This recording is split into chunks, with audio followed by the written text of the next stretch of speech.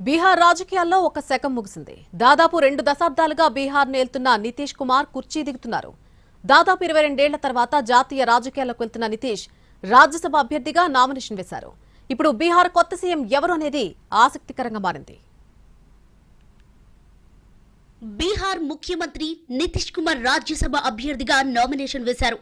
పట్నాలో జరిగిన కార్యక్రమంలో బీజేపీ జాతీయ అధ్యక్షుడు నితిన్ నబీన్ తో కలిసి నామినేషన్ వేశారు. ఈ కార్యక్రమంలో కేంద్ర హోంమంత్రి అమిత్ షా కూడా పాల్గొన్నారు. బీహార్లో అధికార ఎన్డీఏ కూటమి తరపున 5 అభ్యర్థులు రాజ్యసభకు నామినేషన్లు వేశారు. అంతకుముందు ఉదయం ఎక్స్ లో భావోద్వేగ పోస్ట్ పెట్టారు నితీష్ కుమార్. 2 దశాబ్దాలుగా మీరు నన్ను నమ్మి నాకు మద్దతిచ్చారు. అంకిత భావంతో నా విధుల్ని నిర్వర్తించాను. మీ మద్దతు నమ్మకం వల్లే బీహార్ అభివృద్ధిలో కొత్త ప్రమాణాలను నెలకొల్పుతోంది. నా పార్లమెంటరీ జీవితాన్ని ప్రారంభించినప్పటి నుంచే మనసులో ఒక కోరికుండేది.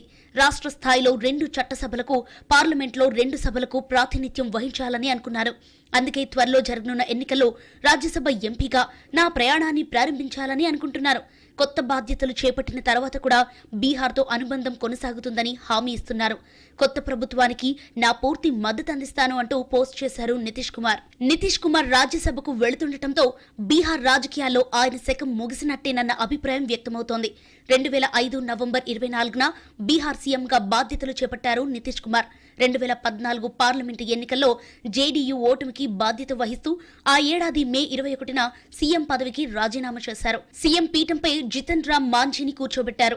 9 నెలల తర్వాత అంటే 2015 ఫిబ్రవరిలో మళ్లీ సీఎం పీఠమెక్కారు. మధ్యలో 2 సార్లు కూటములు మారారు. 2015 ఎన్నికల్లో తన చిరకాల శత్రువులైన ఆర్జేడీ, కాంగ్రెస్లతో జట్టు కట్టి మహాకూటమి ఏర్పాటు చేసి సీఎం అయ్యారు. 2 ఏళ్లకే ఆర్జేడీ, కాంగ్రెస్లను వదిలేసి మళ్లీ బీజేపీతో జట్టు కట్టారు. 2022లో బీజేపీతో పొత్తు తెంచుకుని మరోసారి ఆర్జేడీ, కాంగ్రెస్లతో కలిశారు.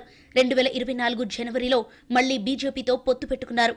2025 నవంబర్లో జరిగిన అసెంబ్లీ ఎన్నికల్లో బీజేపీ, జేడీయూల ఎన్డీఏ కూటమి బంపర్ మెజారిటీతో అధికారంలోకి వచ్చింది. నితీష్ కుమార్ 10వ సీఎం అయ్యారు.